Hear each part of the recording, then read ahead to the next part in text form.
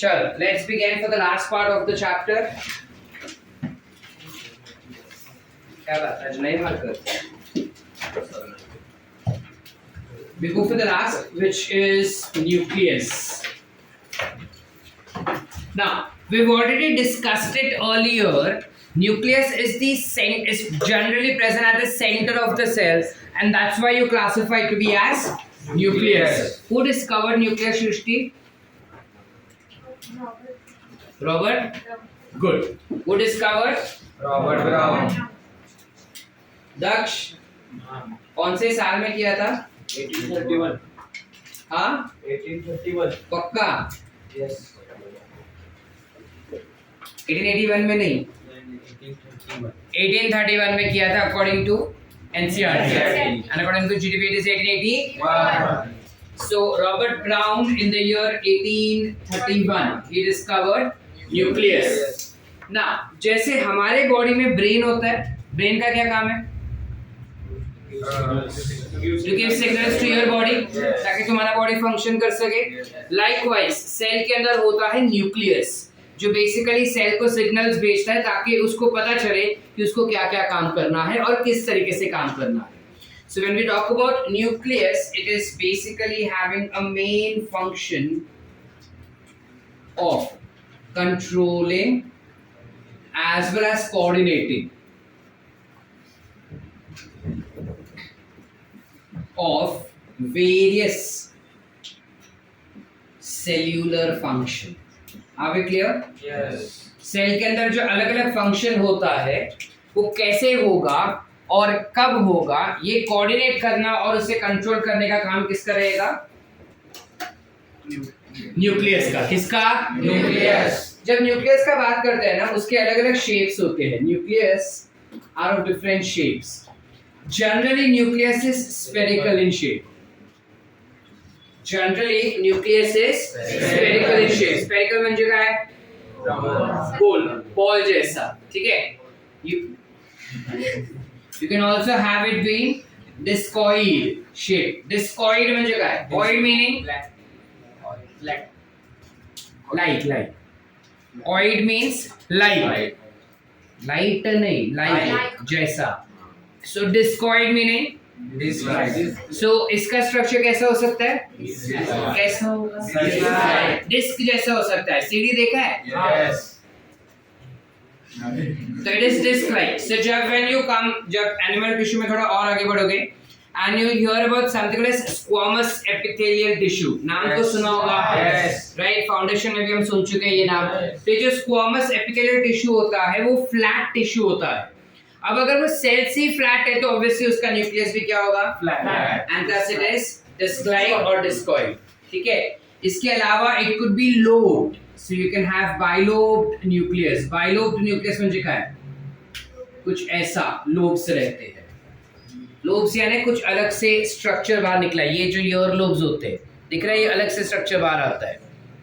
Yes or no? Yes. So these are ear lobes. Likewise, anything which comes outside अलग से will be classified as lobes. Are we clear? Yes. So it could be the shape of nucleus could be bilobed. It could be multilobed also.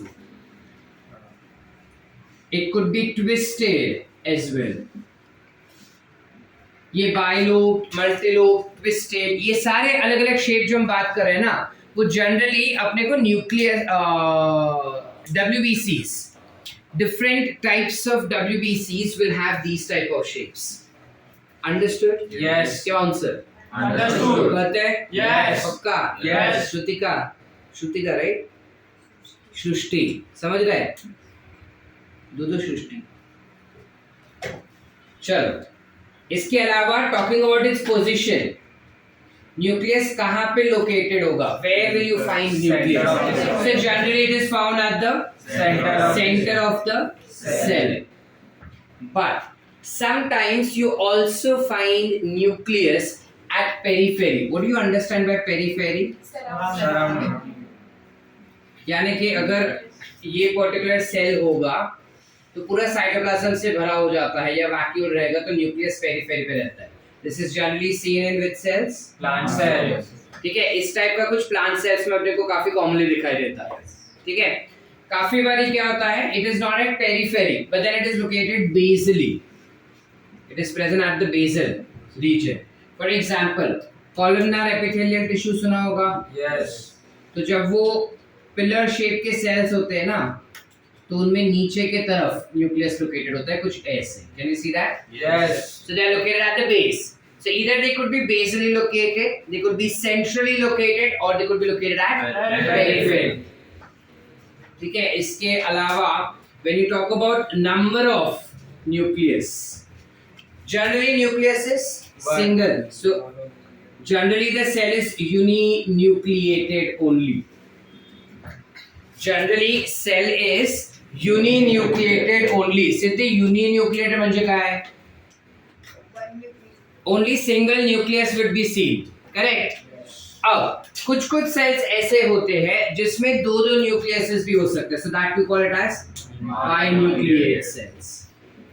Binucleate cells का example क्या हो जाएगा? हमने foundation में ये चीज किया था that you have something called as central cell in the ovule of plants. Plants का ओव्यूल था, उसमें एम्ब्रियो सैक था. एम्ब्रियो सैक में सेल्स थे, याद है? Antipodal cell, central cell, synergids, egg cell. तो जो सेंट्रल सेल होता है प्लांट का, उसके पास जनरली बाइन्यूक्लिएट होता है. For people who did not attend foundation course, you know that you have something called as stigma, Yes. something called as style and something called as ovary. Ovary के अंदर होता है ओव्यूल, ओव्यूल के अंदर होता है एम्ब्रियो सैक. इस embryo sac में you have some cell exactly at the centre जिसके पास दो न्यूक्लियस होता है. सो जो सेल सेंटर पे है ना, उसे कहेंगे सेंट्रल सेल. क्या कहेंगे? Central cell. और वो सेंट्रल सेल के पास दो दो न्यूक्लियस होते हैं. ठीक है, जो हम वापस पढ़ेंगे in coming chapters. We'll understand that in detail. Clear? Yes. You can also have multinucleated cell.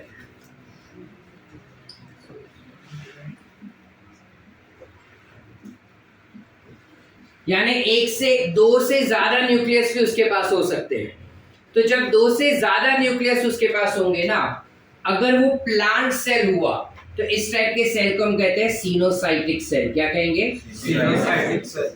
If a plant cell has more than two nucleus, then the cell becomes multinucleated, and such a type of plant cell is called as sinusoidic cell. It is called as Sinusoid. called as Sinusoidic cell. याद रहेगा? Yes. It is called as sinusoidic Sinusoidic cell. cell. But this is only for plants.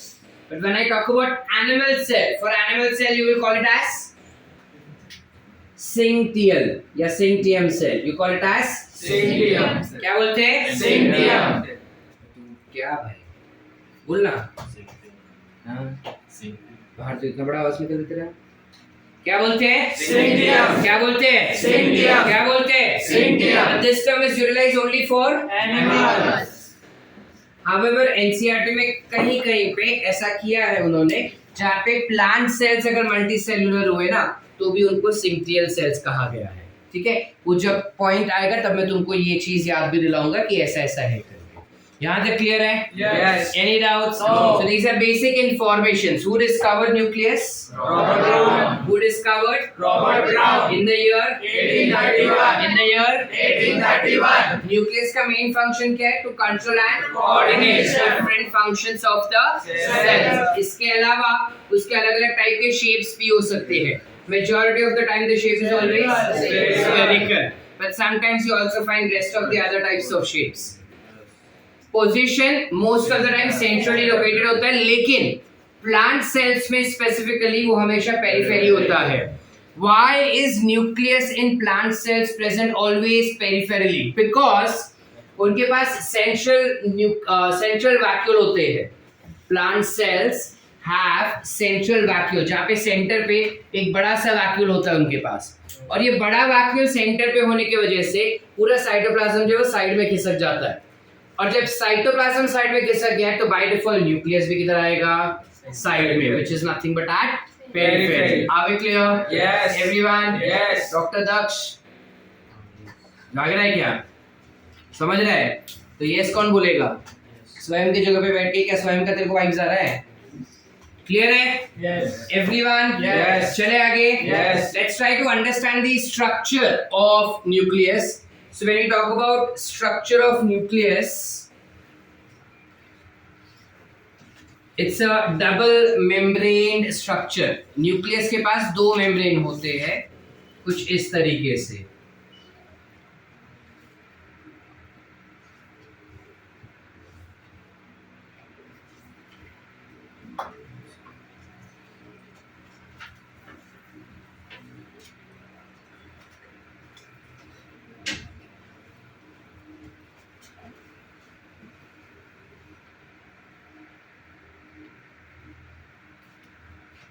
तो जिस तरीके से it will have double membrane structure. अब nucleus का ये जो डबल मेम्ब्रेन स्ट्रक्चर है तो ऑब्वियसली ये क्या हो जाएगा? Very good. This will be Outer membrane. Whereas this will be Inner membrane. Last bench पे दिख रहा है लिखा हुआ Yes. या जूम करूं? दिख रहा है? Yes. This is outer membrane and this is inner membrane. जो आउटर मेम्ब्रेन उसका है उस पे there are some structures like this. Very good. This structure will be called as Ribosomes. क्या कहेंगे इसको? Ribosomes. तो ये पूरे इसमें अटैच रहेगा, सब में रहेगा. मैं सब में नहीं ड्रॉ कर रहा है, खाली दो में ड्रॉ किया है. तुम सब में ड्रॉ करोगे. ठीक है. This structure that you see over here is Ribosomes. Veer. किस टाइप का राइबोसोम होगा ये? 70s 80s पक्का 100%. हम लेट नो द आंसर. खड़े हो जाओ फटाफट.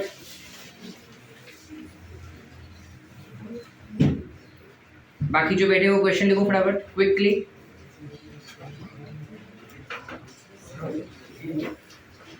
देख लिया? देख लिया आंसर? अब बता क्या है?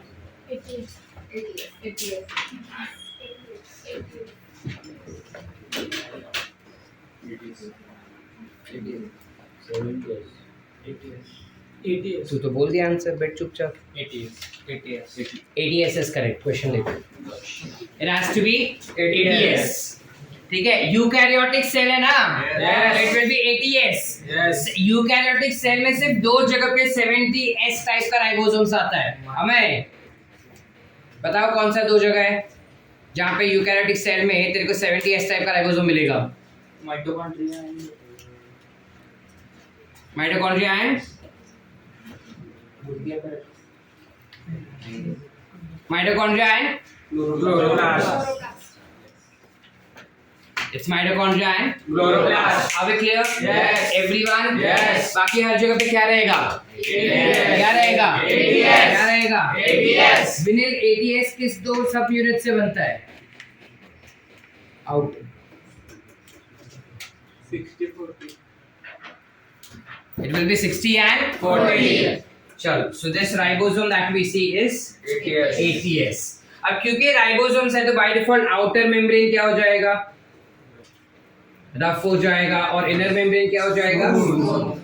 आसान. Yes. ये जो आउटर मेम्ब्रेन होता है ना वही आगे जाके बनाएगा something called as outer membrane. Basically extends further to form something called as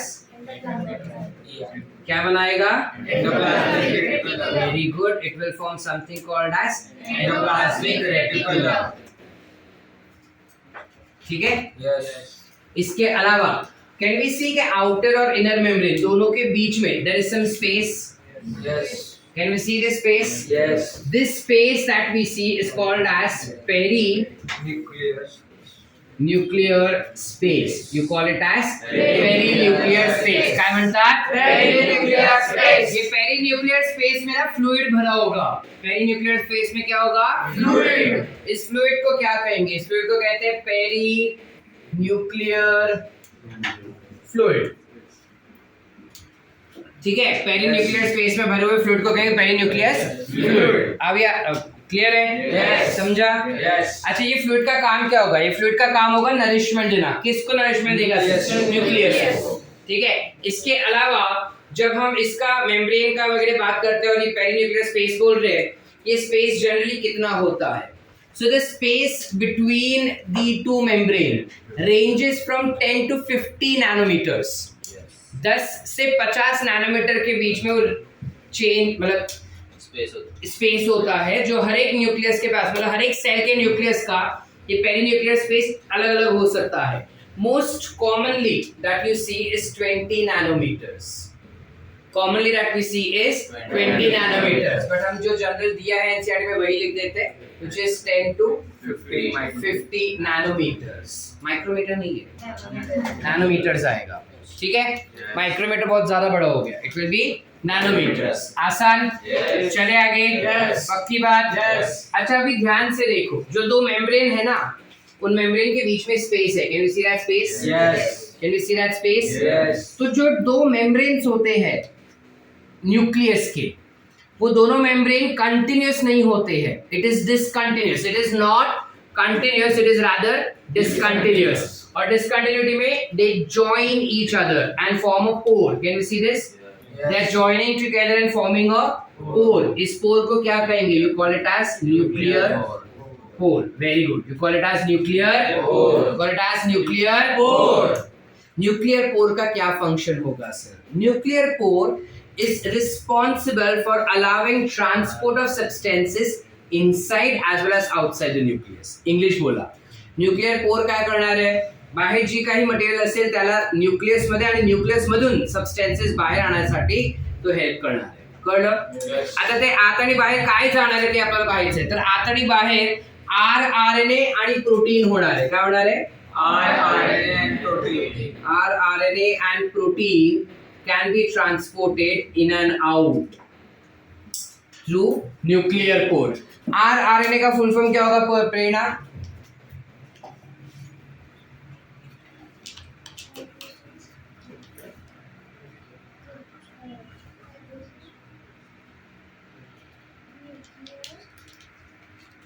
Hansi, full form of RNA?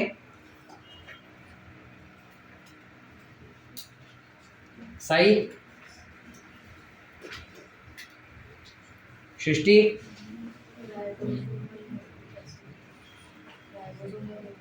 Ribosomal nucleic acid. सारा,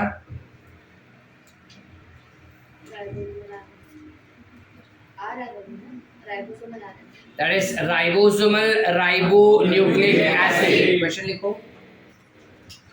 It is ribosomal ribonucleic acid, which is involved in formation of ribosomes. Are we clear? Yes. Everyone? Yes. चले आगे. Yes. So basically nuclear pore क्या काम कर रहा है? RNA को अंदर से बाहर आने दे रहा है और प्रोटीन्स को अंदर भी आने दे सकता है या बाहर भी आने दे सकता है. क्लियर है? Yes. चलो आगे. Yes. अब ये तो बिना दरवाजे का बंगला हो गया ना. Yes. फिर तो कोई भी अंदर जा सकता है, कोई भी बाहर जा सकता है. यस और नो? Yes. है ना प्रसन्न? कोई भी आ सकता है, खुला है. कैसे डिसाइड करेंगे कि सिर्फ आरएनए ही अंदर जाना है और कैसे डिसाइड करेंगे कि सिर्फ प्रोटीन ही अंदर बाहर हो रहा है? So you have Semi-permeable membrane. Of course it's a semi permeable membrane because ये मेम्ब्रेन और अपना फ्लूइड मोज़ेक मॉडल सेम है. Of course it is semi permeable but छेद ही है, तो सेमी परमिएबल से मेरे को क्या लेना देना? समझ रहे हैं? हाँ, अंदर होगा ना. कौन? बाहर भी तो मेम्ब्रेन, अंदर भी तो मेम्ब्रेन है. और एक न्यूक्लियस का मेम्ब्रेन सिलेक्टिवली परमेबल होता है. That is semi permeable selectively permeable same हुआ, मतलब सेम नहीं हुआ. बट देन स्टेटिंग दैट कि जो तुम्हारे फ्लूइड मोज़ेक मॉडल के जो प्रॉपर्टीज होते हैं वही सारे प्रॉपर्टीज अपने को न्यूक्लियर मेम्ब्रेन को भी देखने को मिलता है. सो सेमी परमिएबल अपना फ्लूइड मोज़ेक मॉडल वाला जो मेम्ब्रेन था, दैट इज सेल मेम्ब्रेन वाला membrane, that was also semi permeable as well as selectively permeable. So this will also be semi-permeable as well as selectively permeable. But यहाँ पे point ये नहीं है. Point ये है कि पूरा छेद ही है. There is no membrane over here. So anything can come inside and go outside ना. Yes. जैसे यहाँ पे मैंने दीवार बनाया, लेकिन अगर मैं दरवाजा ही ना रखूँ तो कोई भी अंदर आ सकता है, कोई भी बाहर जा सकता है ना. Yes. तो दीवार रखने का कोई मतलब हुआ क्या? No. तो मेम्ब्रेन का कोई मतलब होगा क्या? No. So ऐसा हो सकता है क्या? नहीं. You have some structure over here. 3 round spherical circular ring जैसा स्ट्रक्चर होता है. दिख रहा है ये? Yes. There are 3 ring like structures which are present over here. यहाँ पे मैं नहीं बता रहा हूँ बिकॉज पोर लेवल की है. ये 3 रिंग जैसे स्ट्रक्चर को हम क्या लेबल करते हैं? So this is called as annuli ring. You call it as annuli ring. You call it as annuli ring. Annuli ring. Annuli यानी गोल, ring मतलब रिंग. तो 3 annuli rings होते हैं जो बेसिकली गार्ड करते हैं न्यूक्लियर पोर को. वो न्यूक्लियर पोर के उधर रखवाली करता है और चेक करता है कि चीजें अगर अंदर जाना चाहती है तो क्या उसे भेजना चाहिए, और चीजें अगर बाहर जाना चाहती है तो क्या उसे बाहर भेजना चाहिए. ये कौन रखवाली कर रहा है? कहते हैं उसका शिरते सगळ्यांना जाऊया पुढे. हाय डॉक्टर ऋतुराज, कळतंय का? नक्की शॉर्ट है. अच्छा चलो थोड़ा और आगे चलते हैं. ठीक है, ये कैसे ओपन क्लोज होता है? हमने वो लिफ्ट देखा है, जाली वाला लिफ्ट आता है जैसे जाली वाला. ये एग्जैक्ट वैसा काम करता है. ठीक है, अब प्रश्न अक्ल लगेगा सर जाली में से घुस सकता है ना. मैंने खाली मैकेनिज्म बताया. ये रिंग जो रहता है वो पूरा क्लोज रहता है, so you can easily slide and close, slide and open. करते हैं? यस. अरे यस, समझा? यस. चलो अब हम अंदर जाते हैं थोड़ा. जब न्यूक्लियस के अंदर जा रहे हैं हम यहाँ पे, तो इस side this will be what?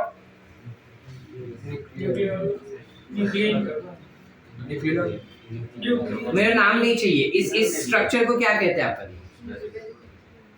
किसी भी स्ट्रक्चर के बेस को हम क्या कहते हैं? This will be what? Matrix. इसका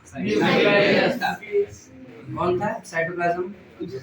क्या रे भाई, चश्मा का नंबर पढ़ क्या लगता है? अगर कोई भी चश्मा है, you call that thing to be as matrix of nucleus. अब न्यूक्लियस के मैट्रिक्स को हम क्या कहते हैं? न्यूक्लियस के मैट्रिक्स को हम क्या कहते हैं? न्यूक्लियस के मैट्रिक्स को you call it as nucleoplasm. You call it as nucleoplasm. You can also call it as nuclear sap. Nuclear sap. Sap म्हणजे काय? We've heard this term previously. Yes. Sap म्हणजे काय? ते sap नाही रे. अलग ही लेवल पे. न्यूक्लियर सैप मतलब, रिमेम्बर हमने प्लांट्स के लिए बोला था एक चीज, लीफ को तोड़ते हैं. हाँ, लीफ को तोड़ा तो अंदर से वो व्हाइट या येलो चीज निकलता है और उसको हम सैप बोल रहे थे. तो यहाँ पे ये भी सैप हुआ. क्यों? न्यूक्लियस तोड़ते अंदर से कचरा निकलता है इसलिए. No. न्यूक्लियस के अंदर there's a nutritive fluid which is present. Nucleus के अंदर there is a nutritive fluid which is present which has all the nutrients. उस फ्लूइड के अंदर सारे टाइप के न्यूट्रिएंट्स होते हैं. इस वजह से इसे हम कहते हैं न्यूक्लियर सैप. कहते हैं? यस. मृणाल, नक्की, एवरीवन. यस. यश, श्रेयस, निनाद, समझ रहे? स्वयं भाऊ. चले आगे. यस. चलो, सो न्यूक्लियर सैप पे बहुत सारे स्ट्रक्चर्स दिखाई देते हैं. ये भी जेली जैसा होगा. अब काफी बारी जब जेली वाला एक स्वीट आता है, पता है? Yes. I don't know the name of that sweet. एक जेली वाला स्वीट आता है. हाँ, ऑरेंज कलर का होता है, रेड कलर का होता है, पिंक होता है, अलग अलग होता है. तो वो जब तुम खाते हो तो अंदर कुछ ऐसा स्ट्रॉन्ग वाला सॉलिड भी, अगर जेली बराबर से नहीं बना रहेगा तो अंदर जेली के गट्टे भी आते काफी बार. तो लाइकवाइज यहाँ पे भी सेम चीज होता है. ये पूरा जेली है, लेकिन उनके अंदर कुछ कुछ ऐसे स्ट्रक्चर्स हैं, कुछ कुछ ऐसा रीजन है जहाँ पे वो जेली का गट्ठा बन जाता है. Means that jelly like substances is a little bit more thicker. समझ रहे हैं? Yes. ये जो थिक रीजन है ना, इस थिक रीजन को you call it as nucleolus. काय म्हणतात? Nucleolus. This is called as nucleolus. क्या म्हणतात? न्यूक्लियोलस. अब ये न्यूक्लियोलस क्या होता है? न्यूक्लियस के अंदर एक स्ट्रक्चर है जिसका नाम है न्यूक्लियोलस. ये न्यूक्लियोलस क्या है? What is its role? So this is basically the site of rRNA का synthesis, as well as it is the site where DNA and RNA is replicated, मतलब multiply होगा, plus it will have raw materials stored for synthesis of RNA and DNA. DNA और RNA को synthesise करने के लिए जो materials चाहिए, यानी प्रोटीन हुआ, एंजाइम हुआ, कोई आयंस हुए, ठीक है, या कोई बेसिक दूसरे केमिकल्स हुए, वो सारे केमिकल्स न्यूक्लियोलस में मिलते हैं अपने को। सो ये ऐसी जगह है जहां पे आरएनए मल्टीप्लाई होता है, डीएनए भी मल्टीप्लाई होता है, प्लस उनको मल्टीप्लाई करने के लिए जो सारे केमिकल्स चाहिए वो भी इसमें दिखाई देते हैं। अब जब डीएनए मल्टीप्लाई हो रहा है, आरएनए बनाया जा रहा है, तो ऑब्वियस है कि ये ऐसा स्ट्रक्चर आरएनए अगर बना रहा है तो जो सेल ज्यादा एक्टिव होगा उनमें न्यूक्लियोलस ज्यादा होगा। ऐसा क्यों बोल रहे हैं हम? क्योंकि जो सेल बहुत ज्यादा एक्टिव है उसको प्रोटीन चाहिए लार्ज क्वांटिटी में और कॉन्स्टेंटली चाहिए होगा। अब प्रोटीन अगर चाहिए लार्ज क्वांटिटी में और कॉन्स्टेंटली प्रोटीन चाहिए तो बाय डिफॉल्ट क्या हो रहा है? आरएनए सिंथेसिस ज्यादा बढ़ रहा है। आरएनए सिंथेसिस बढ़ा तो उसके रॉ मटेरियल ज्यादा चाहिए, तो एक न्यूक्लियस से काम नहीं चलेगा, इसलिए उनके पास number of nucleolus will be more. Understood? Yes. Come on, sir. Understood. अरे करते हैं क्या गर्ल्स? यस और नो? Yes. पक्का? Yes. ठीक है। जो सेल एक्टिव रहेगा उनमें नंबर ऑफ न्यूक्लियोलस ज्यादा रहेगा, जो सेल्स कम एक्टिव रहेगा उसमें नंबर ऑफ न्यूक्लियोलस भी कम रहेगा। ठीक है, तो अभी स्वयं पूछा है कि जो सेल एक्टिव नहीं है उसमें क्या न्यूक्लियोलस नहीं रहेगा? न्यूक्लियोलस रहेगा। ऐसा कोई सेल नहीं है जो एक्टिव ही नहीं होता। You have cells which are always active at some point of the time, and that is the time where your nucleolus will be more. Understood? Yes. और न्यूक्लियोलस तो होगा ही होगा, बिना न्यूक्लियोलस का काम ही नहीं होता। क्लियर है? Yes. चलो आगे। Yes. यश समझ रहे? सीधा बैठ। इसके अलावा अंदर की तरफ you have some structure like this. कुछ ऐसे फाइबर्स होते हैं यहाँ पे।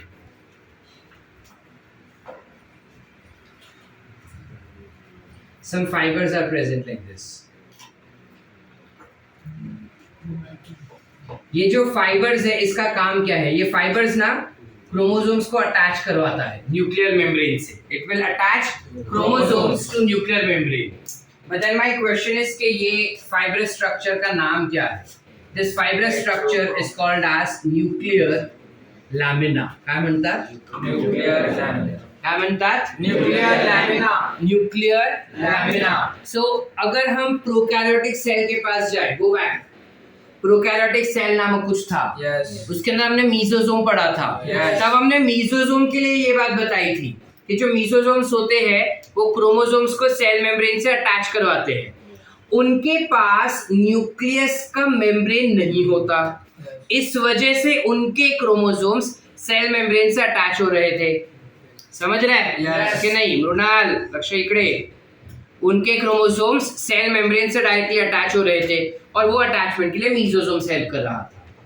यहाँ पे इनके पास न्यूक्लियर मेम्ब्रेन है तो chromosomes will attach to nuclear membrane but then with the help of nuclear lamina. Are we clear?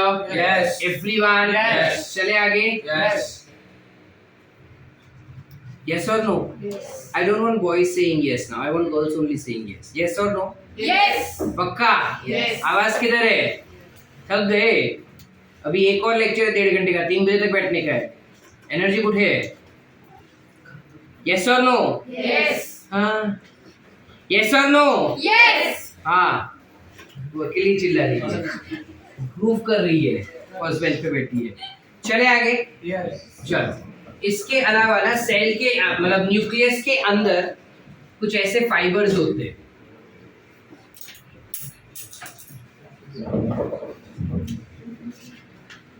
There is some fiber like this. इस फाइबर को हम क्या कहते हैं? Chromatin. Correct. These fibers are called as Chromatin. fibers. आता है chromatin fibers काय असतात? See, our DNA is very very long. How long, sir? Our DNA is 2.2 meters long. 2.2 meters समझते हैं कितना बड़ा होगा? Yes. कपड़े खरीदने गए कभी? Yes. रॉ मटेरियल वाला Yes. वो ऐसे करके मापता है, Yes. ठीक है, जो होलसेलर वाला रहता है वो। तो this is 1 metre plus 1 metre 0.2, आधा नहीं है 0.2 है. So this becomes very large. मतलब अगर मैं ऐसे करके खड़ा हूं ना तो इतना तो 1 मीटर हो गया, तो ये तो 1 मीटर होगा नहीं, उससे भी डबल प्लस 0.2, यानी ऐसे अगर गिनने जाएंगे तो समवेयर यहां तक रहेगा तुम्हारा. इतना बड़ा डीएनए है हमारे सेल्स में. अब सेल कितना छोटू है, हमको दिखाई नहीं देते, इतने छोटे छोटे सेल्स है, माइक्रोस्कोपिक. इमेजिन करो सेल के अंदर ये इतना बड़ा डीएनए जा रहा है, और सेल के अंदर न्यूक्लियस है, उसमें न्यूक्लियस के अंदर क्रोमोसोम्स है, तो उन क्रोमोसोम्स के अंदर ये घुस रहा है. तो इमेजिन करो कि उसको कितना पैक होना पड़ेगा. अकल चल रहा है या नहीं चल रहा है? इतना हाईली पैक उसको अगर हमें करना रहेगा तो ऐसे तो हम डाल नहीं पाएंगे. तो उसके अलग अलग पैकेजिंग्स होते हैं. सबसे पहला पैकेजिंग जो होता है डीएनए का, that is it is packed around histone proteins. Histone नामक एक प्रोटीन होता है जिसके आसपास ये डीएनए जो है वो पैक होता है. So you all can imagine this to be as a histone. Histone protein कुछ ऐसा स्फेरिकल होता है. इस प्रोटीन के आसपास डीएनए कॉइल होता है. ठीक है, तो लेट्स से कि ये अगर हिस्टोन है तो इसके आसपास ना डीएनए कॉइल होता है कुछ ऐसा. फिर ये आगे जाता है, फिर दूसरे हिस्टोन प्रोटीन के आसपास वो कॉइल होता है, फिर आगे जाता है और तीसरे हिस्टोन प्रोटीन के आसपास वो कॉइल होता है. समझ रहा है? यस. ये कुछ स्ट्रक्चर ऐसे बनता है. ये और ज्यादा कॉइल होता है क्योंकि इतने से काम नहीं चलेगा. So this gets further coiled. ये और ज्यादा ऐसे ऐसे पैक किया जाता है. पैक करने के बाद वो एक स्ट्रक्चर बनाता है जिसे हम कहते हैं क्रोमैटिन फाइबर्स. समझा कि नहीं समझा? समझा. ईयरफोन है किसके पास? फोन में ईयरफोन.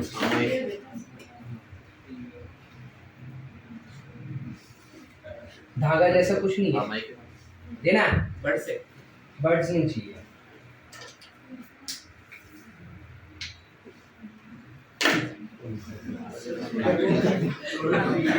ये थ्रेड है. यस. ये कुछ ऐसे कॉइल हो रहा है, ऐसा. समझ रहा है? Yes. Getting coil somewhat like this. फिर ये आगे और कॉइल हो जाता है और कॉइल होके कुछ ऐसा स्ट्रक्चर बनाता है, ऐसा स्ट्रॉन्ग धागा. यस. ये और ज्यादा कॉइल होता है. And after coiling, it finally forms some structure like this, thread-like structure which is called as chromatin fibers. ये chromatin fibers कुछ नहीं but it is DNA. ये और ज्यादा कॉइल होता है और फाइनली बनाता है क्रोमोसोम्स. अंडरस्टूड? Yes. कि नहीं समझा? Chromatin fibers में से water molecules are been released because of which they shrink होकर वो बन जाता है chromosomes. Are we clear? Yes. If you understand? Yes. तो जब क्रोमैटिन फाइबर्स का बात करते हैं ना, दो टाइप के क्रोमैटिन फाइबर्स हमको देखने मिलते हैं. एक जिसे हम कहते हैं यूक्रोमैटिन और एक जिसे हम कहते हैं heterochromatin. One is euchromatin, other is heterochromatin. अब ये क्या होते हैं सर? यूक्रोमैटिन के पास they have more of genetic DNA, whereas heterochromatin have less genetic DNA. अब क्योंकि इसके पास genetic DNA बहुत ज्यादा है, by default euchromatin is genetically active, whereas this will be genetically inactive. Genetically active म्हणजे काय? जेनेटिकली ऍक्टिव्ह म्हणजे तो प्रोटीन बनवणार. आता त्यात पहिले जेनेटिक डीएनए आणि नॉन जेनेटिक और लेस जेनेटिक डीएनए म्हणजे काय असतात? प्लाझमिड असणार का? यूकॅरियोटिक सेल्स मध्ये प्लाझमिड नसतात आणि त्यामुळे हा जेव्हा आपण सांगतो की लेस जेनेटिक मटेरियल म्हणजे काय असणार आहे ते. सर बघा, अपने पास जो डीएनए होता है ना उसमें से सिर्फ 2% एंटायर डीएनए का, खाली 2% डीएनए जो है वो एक्चुअली किसी प्रोटीन को कोड करता है. यानी अगर सपोज मैं ये डीएनए ले रहा हूँ फॉर एन एग्जांपल, तो इस डीएनए का खाली इतना पार्ट जो है वो प्रोटीन सिंथेसाइज कर रहा है, बाकी ये पूरा part which is almost 98% is junk DNA. ये किसी प्रोटीन को कोड नहीं करता. समझा कि नहीं? ये किसी प्रोटीन को कोड ही नहीं करता, सिर्फ ये 2% डीएनए ऐसा है जो किसी प्रोटीन को कोड करता है और जिस वजह से हम ये पूरा बॉडी जो है अपना वो फंक्शन कर पा रहा है। Clear? So this 2% is genetic DNA, this 2% is genetic DNA. बाकी बच गया वो क्या हो जाएगा? Non genetic DNA. क्या हो जाएगा? नॉन जेनेटिक तो डीएनए। यूक्रोमैटिन के पास ना जेनेटिक डीएनए ज्यादा होता है और इसके पास जेनेटिक डीएनए कम होता है। अब क्योंकि इसके पास जेनेटिक डीएनए ज्यादा है तो उस डीएनए से आरएनए बनाया जाएगा, बिकॉज हम पढ़ चुके हैं ना डीएनए से आरएनए, आरएनए से प्रोटीन, याद है? यस। तो अगर इसके पास जेनेटिक डीएनए ज्यादा है तो आरएनए बनाया जाएगा क्योंकि प्रोटीन बनाना है। तो वो टाइटली पैक्ड होगा या लूजली? देखो, जो कपड़ा तुमको पहनना नहीं है उसको तुम टाइटली पैक करके रखोगे या लूजली? टाइटली। बराबर। तो इसको हम यूज कर रहे हैं या नहीं कर रहे? तो इसको मैं टाइटली पैक करूंगा या लूजली? लूजली। नहीं समझा? समझा। गर्ल्स थोड़ा नहीं समझा? देख, पहले तो कॉन्सेप्ट ही तेरा ध्यान नहीं था, ठीक है? तो वापस से मैं बताता क्या सीन है। हमारे बॉडी का 2% डीएनए ऐसा होता है जो किसी प्रोटीन को कोड करता है। अब अगर वो प्रोटीन को कोड कर रहा है मतलब वो एक्टिव हुआ, बाकी कोई प्रोटीन को कोड नहीं करता मतलब वो इनएक्टिव हुआ, बरोबर है? अब अगर ये एक्टिव है यानी डीएनए से आरएनए बन रहा है और वो राइबोसोम रीड करके प्रोटीन बना रहा है, यस और नो? अब अगर ये एक्टिव है तो क्या मुझे उसे पैक करके अंदर पैक करके रखना चाहिए या खुला रखना चाहिए? खुला रखना चाहिए ना, बिकॉज खुला रखेंगे तो ही उसका इस्तेमाल कर पाएंगे। पैक करके रखा तो इस्तेमाल कैसे करेंगे? So that's why euchromatin, which has more of genetic material, will it be tightly packed or loosely? Loosely. So here what am I doing? These are loosely packed. जिस वजह से euchromatin जो है it is stained lightly. It is stained lightly. जबकि बाजू वाला क्या हो जाएगा? It is tightly packed, जिस वजह से it will be stained darkly. यानी जब हम न्यूक्लियस को स्टेन करेंगे, when we stain nucleus, हमें 2 पैचेस दिखाई देते हैं रैंडमली, 2 टाइप के पैचेस दिखाई देंगे, एक जो काफी हल्का स्टेन हुआ है और एक जो काफी गाढ़ा डार्क स्टेन हुआ है। तो जो डार्क स्टेन हुआ है वो मुझे बता रहा है कि ये हेटेरोक्रोमैटिन वाला इलाका है और जो हल्का स्टेन हुआ है वो मुझे बताएगा कि वो यूक्रोमैटिन वाला एरिया है। समझा? Yes. कि नहीं समझा? समझा। आप क्लियर? Yes. तुम्हारे मॉड्यूल के डायग्राम में भी देखो कुछ ऐसे स्ट्रक्चर्स दिखाई दे रहे हैं अपने को, कहीं पे डार्कली स्टेन है, कहीं लाइटली स्टेन है। Can you see that? Yes. बोलना। बचा हुआ डीएनए जो है वो जंक डीएनए है, उसका जब जेनेटिक्स पढ़ेंगे तब पता क्या होगा। आइडियली उसका क्या होता है, उसका बॉडी में एज सच कोई काम नहीं है, लेकिन अगर मुझको जानना है कि तू इंसान है या तू बिल्ली है या तू शेर है तो उस समय पे इन सब चीज़ों का ज़रूरत पड़ता है। Storage of information. Storage of information, but it is not, मतलब ये ऐसा इंफॉर्मेशन स्टोर करे जो कोई प्रोटीन नहीं बना रहा है, जबकि ये प्रोटीन बनाने वाला है। तो ये 2% जो है वो हम सब में सेम होगा। एक्चुअली इधर का 98% भी सेम होता है। हम सबका डीएनए ना 99.9% सेम होता है। 99.9% हम सबका डीएनए सेम मतलब identical, xerox copy. It is just 0.1% जो हम सब में अलग है और इस वजह से हम इतने अलग दिखते भी है और बॉडी स्ट्रक्चर भी इतना अलग है अपना, ठीक है? So it's a very interesting concept, but अभी तुम्हारे लिए वो बहुत जल्दी है चीज़ें समझना, बिकॉज वो बहुत हाई लेवल कॉन्सेप्ट है। तो जब 12th में आओगे तब काफ़ी बेस हो चुका होगा, तब वो आसानी से समझेगा। अभी के लिए अपने को हेटेरोक्रोमैटिन यूक्रोमैटिन क्या होता है वो समझा? Yes. ये इंफॉर्मेशन ना हमारे एनसीईआरटी में नहीं है, इस चैप्टर में इट इज नॉट देयर, ठीक है? But I am giving you this information because काफी सारे रेफरेंस बुक्स जब सॉल्व करोगे या फिर बाई चांस अगर मेरा मूड हो और मुझे डालना रहेगा क्वेश्चन तो टेस्ट में, so for that reason it is there, ठीक है? कि बेस अभी पढ़ रहे हैं तो साथ में तुमको पता चल जाएगा कि क्रोमैटिन के 2 टाइप्स होते हैं एंड इजी भी है। Is it easy? Yes. समझा? Yes. सबको? Yes. यस और नो? Yes. पक्का? Yes. चले आगे, इतना लिख ले पहले। क्या बेटा? क्रोमैटिन रोल, अरे डीएनए है वो नीचे। हाँ ये स्टेन्ड डार्कली स्टेन्ड लाइटली का रोल पूछ रहे हैं। नहीं, उनका पर्टिकुलर रोल क्या है? मतलब यूक्रोमैटिन का क्या फंक्शन है ऐसे बोल रहा है। यूक्रोमैटिन और हेटेरोक्रोमैटिन का ऐसा फंक्शन हम डिफाइन नहीं करते, कोई फंक्शन नहीं है, वो सिर्फ डीएनए का एक फ्रैगमेंट है। इसमें जेनेटिक डीएनए ज्यादा है जिस वजह से यूक्रोमैटिन जो है वो प्रोटीन सिंथेसिस में अपने को बहुत भारी मात्रा में हेल्प करता है। हेटेरोक्रोमैटिन के पास कम जेनेटिक डीएनए है इसलिए वो उतना ज्यादा हेल्प नहीं करता जितना यूक्रोमैटिन कर पाता है, बस और कुछ नहीं है उसका डिफरेंस।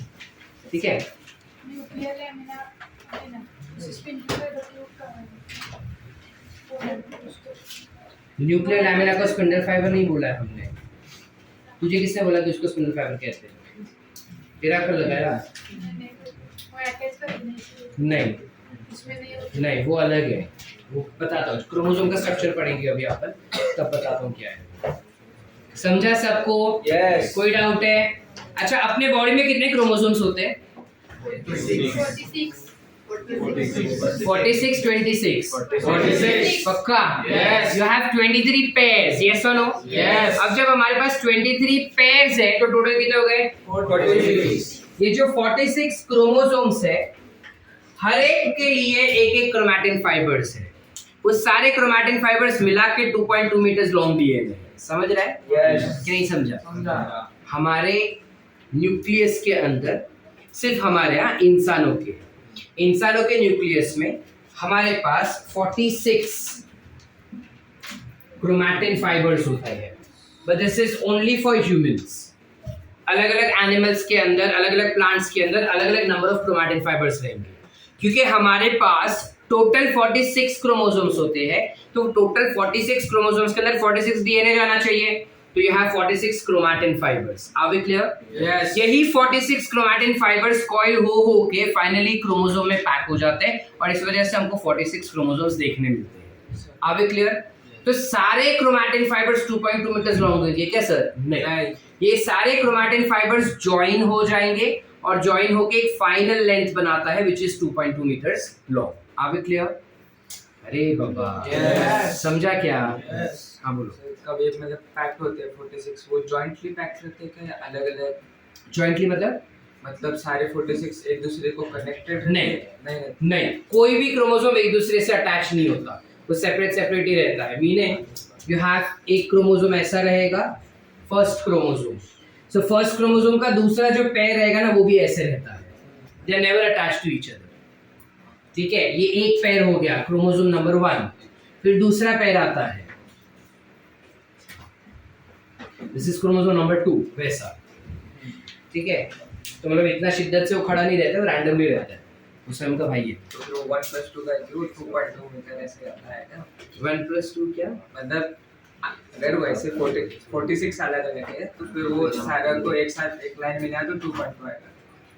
अब वैसे ही होना ये पैकेज्ड है, इसको जब ढीला कर देगा, लूज कर देगा, तो फिर yes.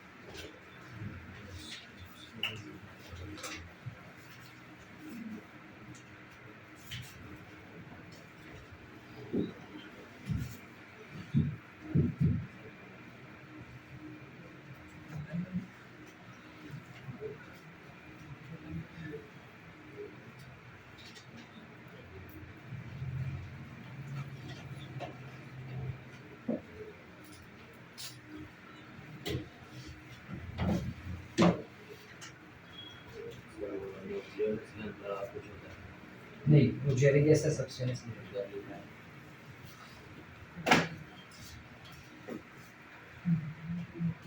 Chromatin is what? Chromatin मुझे काय इसका क्रोमैटिन? मी सांगितलं ना क्रोमॅटिन म्हणजेच हे. What is chromatin? DNA. तो what did I say? Nucleolus will be having what? नहीं, आई सेड ना nucleolus is the site where DNA is getting replicated. वहां पे क्रोमैटिन भी मिलेगा ना तेरे को. समझा?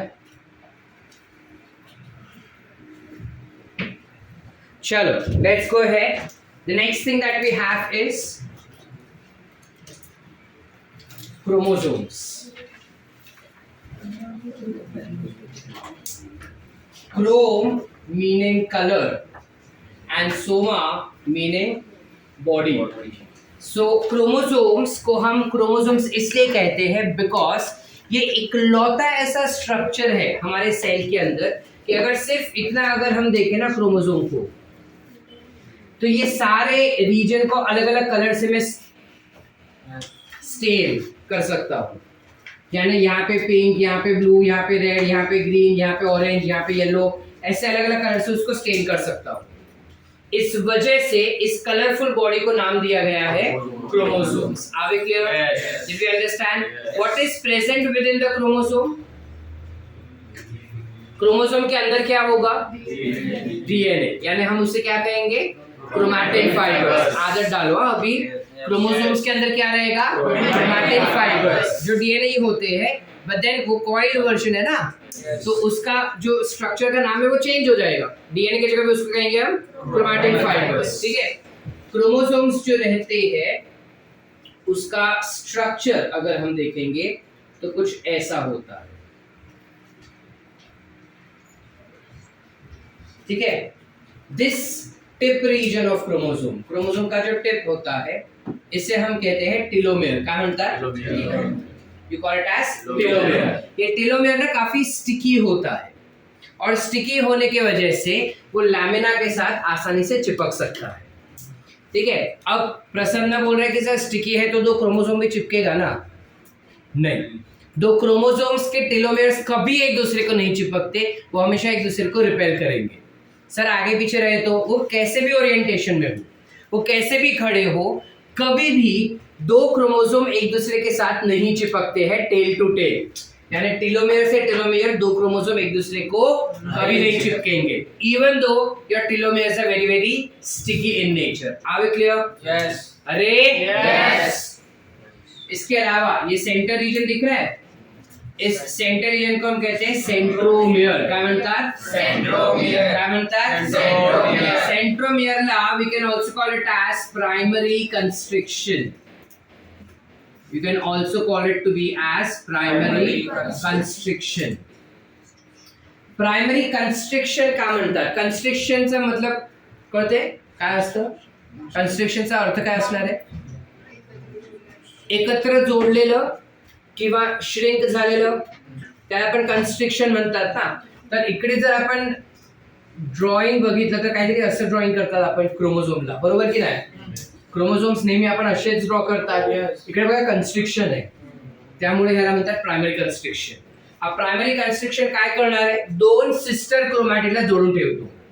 प्रायमरी कंस्ट्रिक्शन म्हणजे सेंट्रोमियर दोन सिस्टर क्रोमॅटिडला जोडून ठेवतो. फाउंडेशन मध्ये जे बसलेले त्यांना माहिती असेल की सिस्टर क्रोमॅटिड्स काय असतात, आपण शिकलोय त्यात. ठीक आहे. या एक स्ट्रक्चरला आपण क्रोमॅटिड सुद्धा म्हणू शकतात. तर जर दोन आयडेंटिकल क्रोमॅटिड असणार तर ते सेंट्रोमियरनी जोडलेले असतात आणि त्या क्रोमॅटिड्सला आपण सांगतात काय? Sister chromatid. काय सांगणार? Sister chromatid. कळतंय? Yes. काय हो सोहम भाऊ, कळतंय? एव्हरीवन? Yes. श्रेयस क्लियर है? निनाद, प्रेरणा, प्रज्ञा, हाँ पता है मेरे को. समझा? चले आगे.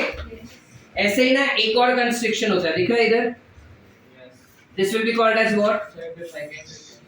प्राइमरी. तो हो गया, तो this will be secondary constriction. ये सेकेंडरी कंस्ट्रिक्शन का क्या काम क्या होगा? ये जो सेकेंडरी कंस्ट्रिक्शन होता है ना, it will be responsible for release of chemical. Secondary constriction के वहां पे जो डीएनए होता है वो कुछ केमिकल सिक्रेट करता है, जिस वजह से ये न्यूक्लियस बनता है, न्यूक्लियोलस बनता है. इस वजह से सेकेंडरी कंस्ट्रक्शन को काफी बार NOR करके भी कहा जाता है। NOR क्या होगा? It is nucleolar organising region. क्या होता है? Nucleolar organising region. क्या होता है? Nucleolar organising region. क्या होगा? Nucleolar organising region. क्या होगा? Nucleolar organising region. कौन होगा ये? Secondary construction. Secondary construction can also be called as nucleolar organising region because it gives rise to something called as nucleolus. Are we clear? Yes. Everyone? Yes. चले आगे? Yes. The next construction की वजह से एक bulb जैसा structure बना नीचे। Bulb जैसे स्ट्रक्चर को we call it as satellite. काय म्हणतात? सैटेलाइट। काय म्हणतात? सैटेलाइट। अब हर क्रोमोसोम्स के पास सैटेलाइट रीजन होगा क्या सर? नहीं। हर क्रोमोसोम के पास सेकेंडरी कंस्ट्रक्शन नहीं होता, इस वजह से हर क्रोमोसोम के पास सैटेलाइट रीजन भी नहीं होता। कुछ कुछ क्रोमोसोम्स के पास ही सिर्फ सैटेलाइट रीजन होगा, सबके पास नहीं होता। हमारे बॉडी में ऐसे 5 क्रोमोसोम है जिसमें सैटेलाइट रीजन होता है, बाकी के क्रोमोसोम में सैटेलाइट रीजन नहीं दिखता है। तो बाकी का क्रोमोसोम कैसा होगा सर? ऐसा। ठीक है, क्लियर है? Yes. जिन क्रोमोसोम्स पे सैटेलाइट रीजन है, जिन क्रोमोसोम्स पे सैटेलाइट रीजन है, उन क्रोमोसोम्स को हम कहते हैं SAT, SAT chromosomes. What do you call it as? Sat chromosome. You call it as? Sat You call it as? Sat chromosome. Are we clear? Yes. Everyone? Yes. जाओ पुढे। Yes. अब अगर तुम बाहर कहीं कुछ खरीदने को गए हैं, ठीक है, लेट्स से तुम सब्जी खरीदने को गए और तुमने एक थैली लेके गए, अब जब उसमें सब्जी भर दिया तो थैली का स्ट्रक्चर वैसा का वैसा रहता है क्या? बल्जेस आता है ऊपर। Yes, yes. लाइकवाइज क्रोमोसोम के अंदर डीएनए पैक किया है ना, Yes. तो डीएनए के बल्जेस आएंगे ना, Yes. तो क्रोमोसोम पर भी हमको थोड़े ऐसा बल्ज दिखाई देंगे। यस और नो? Yes. इन बल्ज को हम क्या कहते हैं? These bulges are called as chromomere. We call it as chromomere. क्या म्हणतात? क्रोमोमेयर। क्या म्हणतात? क्रोमोमेयर। क्या म्हणतात? Chromomere. And half of the chromosome, ये आधा हुआ और ये दूसरा हाफ है। यस और नो? सेंट्रोमियर की वजह से क्रोमोसोम 2 आधे हिस्सों में बढ़ जाता है, एक आधा दूसरा आधा। ये आधे को हम कहते हैं क्रोमोनिमा, और you can also call it as chromonemata. Plural chromonemata, singular chromonema. Are we clear? Yes. Everyone? Yes. Any doubts? No. ये स्ट्रक्चर है क्रोमोसोम का। ये स्ट्रक्चर बोर्ड एग्जाम्स में, यानी 12वीं के बोर्ड एग्जाम्स में 2 मार्क्स के लिए या तो ड्रॉ करने को आएगा या लिखने को आएगा। कर पाएंगे? Yes. एवरीवन? Yes. सर लेकिन 12वीं में 11वीं का सिलेबस आता है क्या? नहीं। ये सेम चीज 12th में वापस रिपीट होगा, सेम चीज। तो जब 12th में वापस से आएगा ना, तब मैं तुमको नहीं पढ़ाऊंगा, तब तुम मुझे पढ़ाओगे कि सर ये ऐसा ऐसा होता है। You should be that prepared. Understood और not? Yes. Everyone? Yes. Chromosome का स्ट्रक्चर क्लियर है? Yes. सबको? Yes. सबको? Yes. ये क्रोमोसोम का स्ट्रक्चर हो गया, ठीक है। बेस्ड ऑन कि उसका सेंट्रोमियर किधर लोकेटेड है, बेस्ड ऑन कि क्रोमोसोम का सेंट्रोमियर किधर लोकेटेड है, हम इसको 4 टाइप में क्लासिफाई कर सकते हैं। You have something called as metacentric chromosome, जिसमें सेंट्रोमियर जो है वो एग्जैक्टली सेंटर पे रहेगा, ठीक है। फिर होता है समथिंग कॉल्ड एज सब मेटासेंट्रिक। इसमें सेंट्रोमियर जो है एग्जैक्टली सेंटर पे नहीं रहेगा, लेकिन थोड़ा ऊपर या नीचे रहता है, सेंटर के करीब रहेगा। फिर होता है समथिंग कॉल्ड एज एक्रोसेंट्रिक, जहां पे सेंट्रोमियर जो है वो टीलोमियर के नजदीक रहेगा, not exactly at telomere but close to telomere. And फिर आता है टीलोसेंट्रिक, जहां पे it will be present at the telomere. हमारे बॉडी में टीलोसेंट्रिक जैसा क्रोमोसोम एग्जिस्ट नहीं करता, ठीक है। हमारे बॉडी में टीलोसेंट्रिक क्रोमोसोम्स नहीं होंगे, ठीक है। अब फिर सृष्टि पूछ रही है तो किसके बॉडी में रहेगा? हमारे अलावा दूसरे भी लिविंग ऑर्गेनिजम्स है इस अर्थ पे, तो उनमें दिखाई दे सकता है, हमारे बॉडी में नहीं होता है। Are we clear? Everyone? Yes. समझ रहे हैं कि नहीं? Yes. पक्का? Yes. अब हमने पिछले मतलब कल वाले लेक्चर में हमने वो देखा था स्पिंडल फाइबर वाला? हाँ, कल परसों कल देखे थे या लास्ट वीक देखा था। वी रिमेम्बर हम स्पिंडल फाइबर देखे थे कि क्रोमोसोम्स के ऊपर स्पिंडल फाइबर्स आता है, स्पिंडल फाइबर्स आता है और वो स्पिंडल फाइबर्स अटैच होता है क्रोमोसोम को। यस और नो?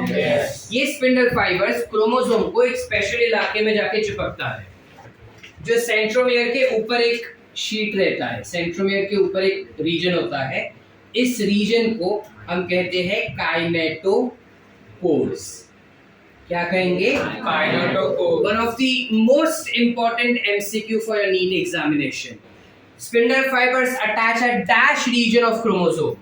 Kinetochore. कौन सा region? Kinetochore. There's a region, there's a protective sheet on the centromere which is responsible for binding to spindle fibers. This region is called as Kinetochore. Kinetochore is the region where dash gets attached. Spindle fiber. याद रहेगा? Yes. पक्का? Yes. 5 marks प्रारंभ को donate करेंगे या खुद लेके जाएंगे? खुद लेके जाएंगे। पक्का? Yes.